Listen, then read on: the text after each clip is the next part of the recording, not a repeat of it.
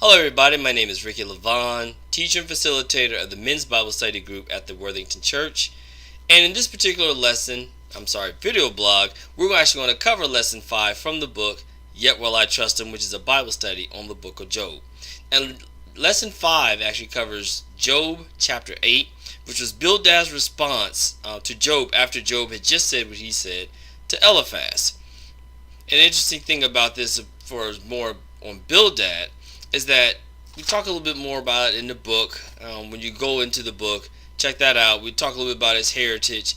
Pretty much like Eliphaz's, even Zophar. I would imagine he must have been a man who had some kind of wealth, position, or power, or all, to even especially be one of Job's friends.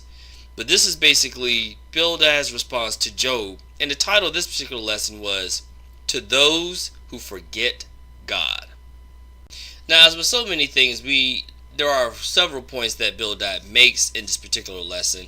It's a pretty decent sized chapter. It's not overly long or anything like that, but Bildad does cover quite a few points, and he does try to get a lot of things to Job to be able to get him to understand, to encourage him, and also to change his ways.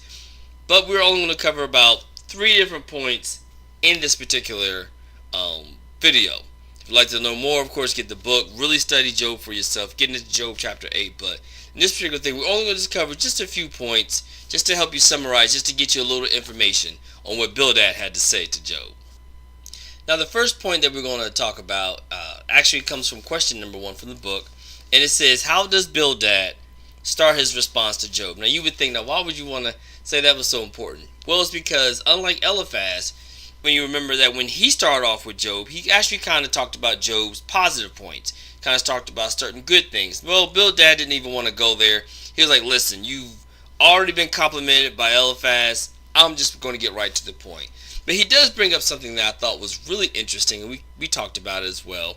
It takes place in Job chapter 8, verse 3, where it says, does God pervert justice? Does the Almighty pervert what is right? Now, of course, he's saying this because, Job's perspective was that wicked and the righteous both get punished by God. And so Bildad is coming to him saying, wait a minute, now, are you trying to say, does God pervert justice? That it would be justice for the righteous to get punished just as well as the wicked?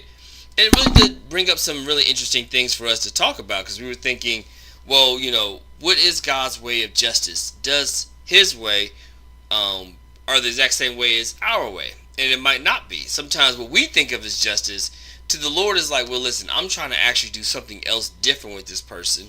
Or maybe sometimes when we think that someone is getting justice, or punishment is happening or something of that nature, it's really God's like, listen, it's just how the world is. I mean, there's all type of things that could be going on. But basically, Bildad wanted to tell Job, wait a minute, are you trying to say that God perverts justice?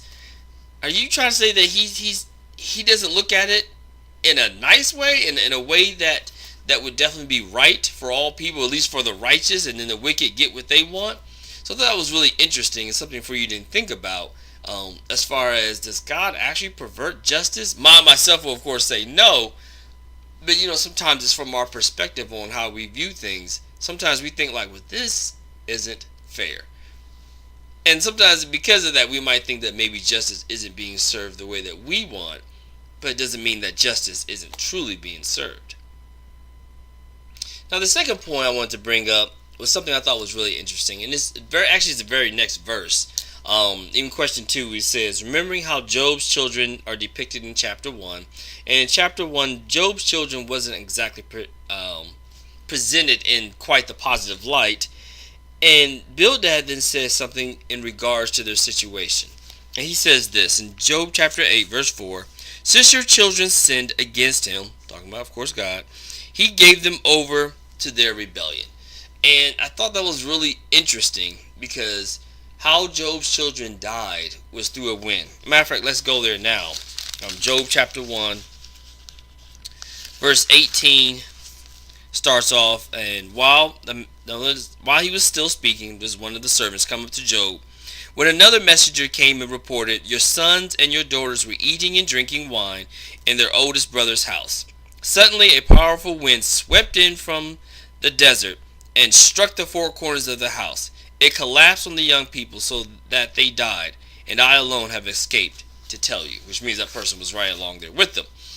But now the interesting thing about it is it possible that because of what they were doing, the Lord will actually, we all know actually in the thing, the Lord allows Satan to be able to let Job's children die, basically. To let the wind come in, boom, they're dead. Okay. But from a general standpoint, sometimes we do make certain connections. I've noticed that sometimes we immediately say, well, because this person sinned over here, then it means that whatever punishment they're receiving over here must have been directly tied to it. Now, the funny thing is that that's not just a Christian thought. We have something called karma in another religion, the Eastern religion, and they believe that whenever you put out, then you also get back in. And it's not to say that that's not wrong or not overly right on whichever mindset you want to look at, but sometimes we will look at things that technically really doesn't have anything to do with each other, but we link them together because we're assuming that, well, because this happened, then certainly you must have been punished for this.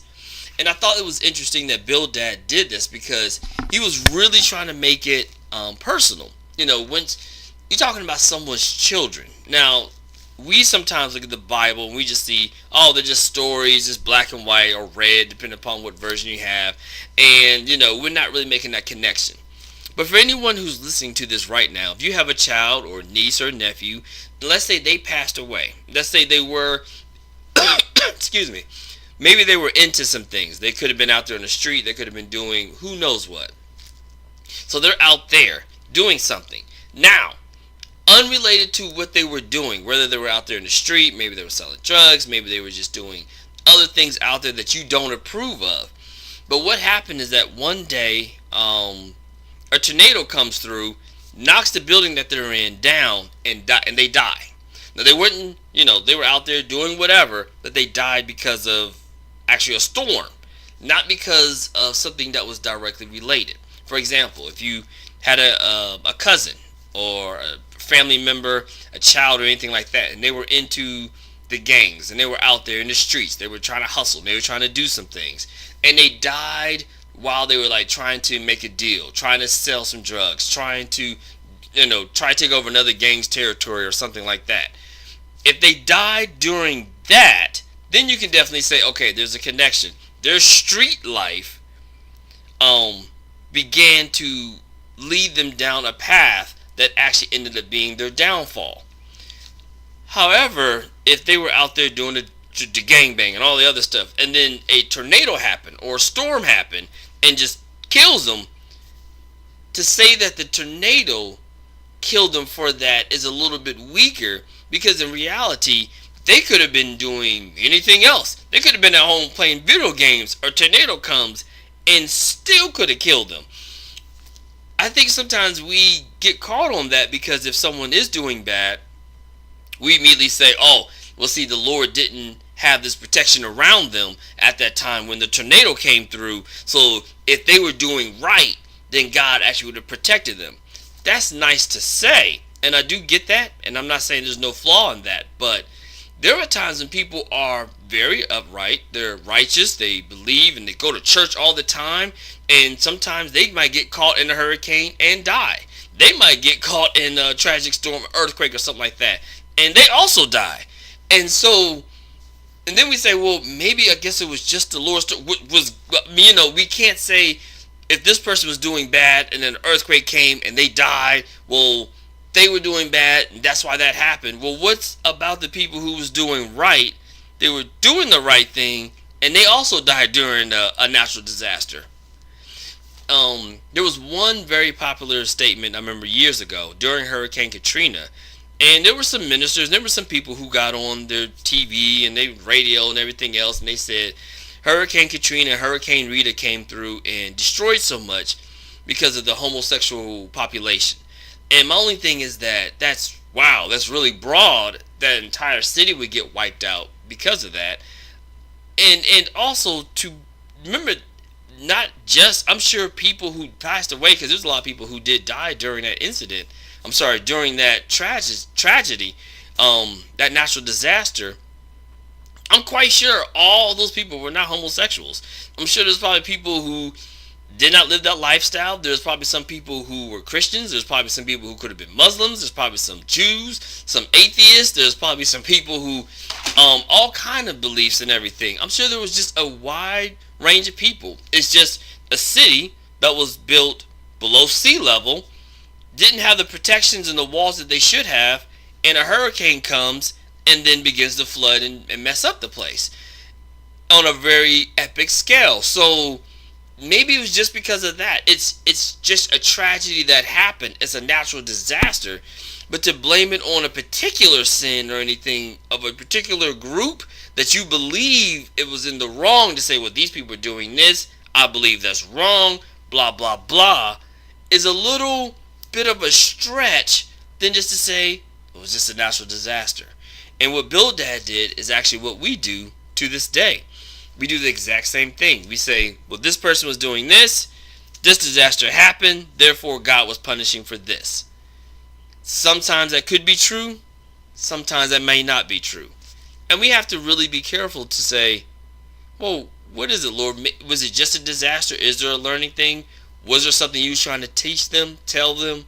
I just thought it was really bold that Bildad used that as an example for Job, in this particular situation, to think about how close that was to him and to be able to say something like that. That was actually really shocking, but I guess he was trying to make a point. And his point was like, listen, God punishes. That was his point. It was pretty rough how they said it, but that was what he was basically trying to say.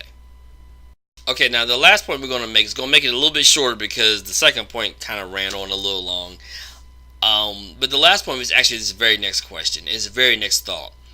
And it takes place in Job chapter 8, verse 5 and 6. And this is Bildad trying to get Job to change his ways, where he says, but if you earnestly seek God and ask the Almighty for mercy, if you are pure and upright, then he will move even now on your behalf. Now, to say that actually is powerful, and it's something that we definitely believe. It is a definite positive thing to be able to tell someone, if you seek God, God will then do awesome things in your life. And as we can understand when we start to get into the next lesson, what Bildad has to say is awesome. In that context, just in those verses, that is an amazing thing. And that's something positive that I would definitely ask everyone, I'm talking about myself as well, to go out there to seek the Lord and see God do awesome things in your life. The only problem is that he said it right after he just said your children died because of their rebellion, and then saying, but if you seek God, then God would do something great. Almost saying like, you need to change your own rebellious possible ways. So all this that is happening to you, the boils, the sickness, the pain, the losing of your house, your servants, and everything else is going on, all that can go away. But you got to turn your life over. Stuff like this is probably why Job then begins to don't really take what Bildad have to say all that seriously. But I did want to be able to point that out, that in that verse, that is a great and a powerful verse. Something I definitely encourage everyone. I'm not talking about, I don't know who you are, I don't know all your sins or anything like that. I'm just saying in general, on a day-to-day basis, tearing your life over to God and say, Lord, lead my life today and do something amazing and awesome in it.